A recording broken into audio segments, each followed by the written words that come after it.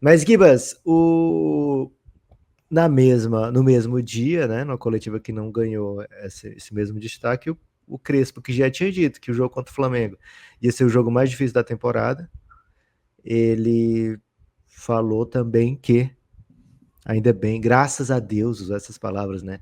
Graças a Deus que a gente não joga contra o Flamengo no Maracanã, né? Todas as rodadas, né?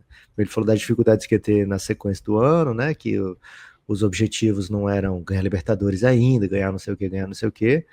Era, enfim, né? Aos pouquinhos e melhorando.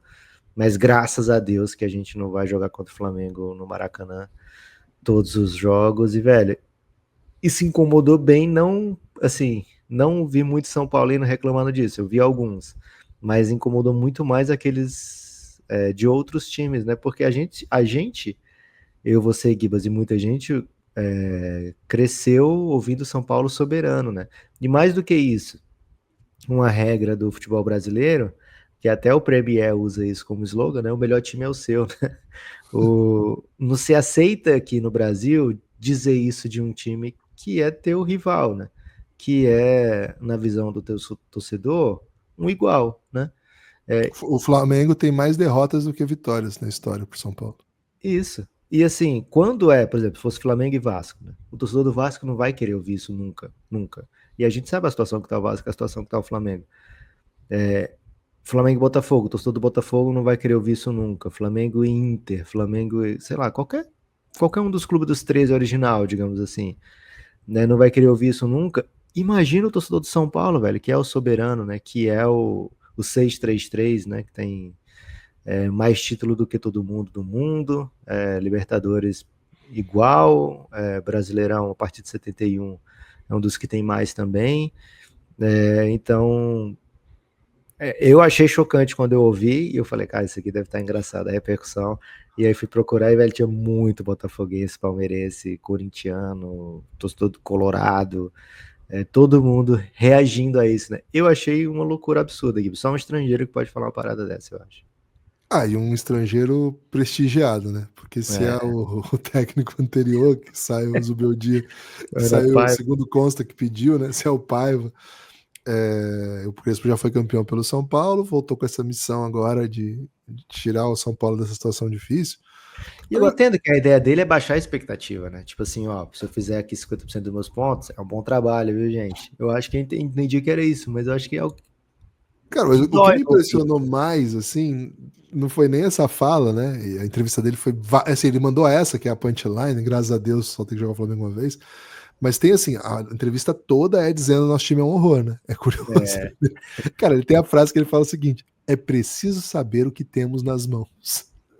Esse, tipo, ok, eu entendo pra caramba, mas a gente só não tá acostumado, né? é. Agora, nem acho que ele tá tão errado assim.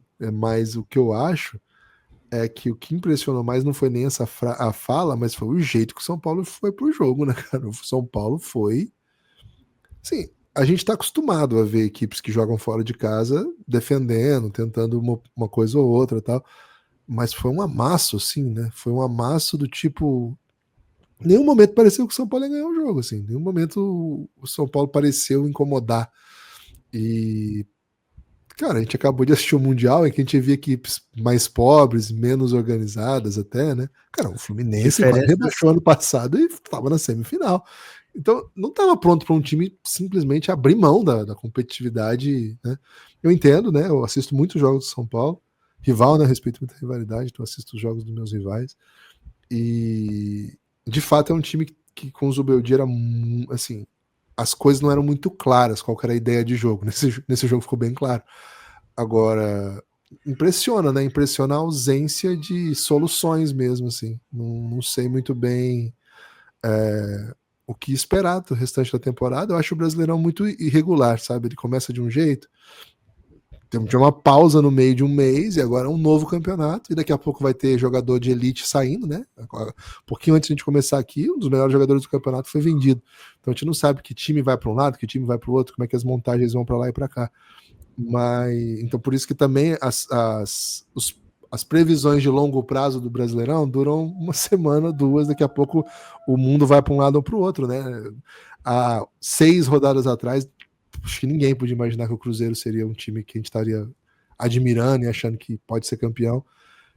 Então, esse tipo de clareza de argumento do Crespo, após um jogo que o São Paulo jogou como jogou, assusta, cara. Assusta um pouco, assim, eu imagino.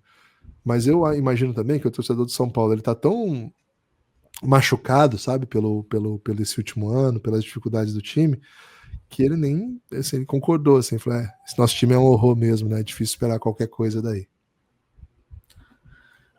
Doideira. Vamos ver o que acontece com o nosso tricolor. A briga de meio de tabela no Campeonato Brasileiro, né? A gente falou isso recente.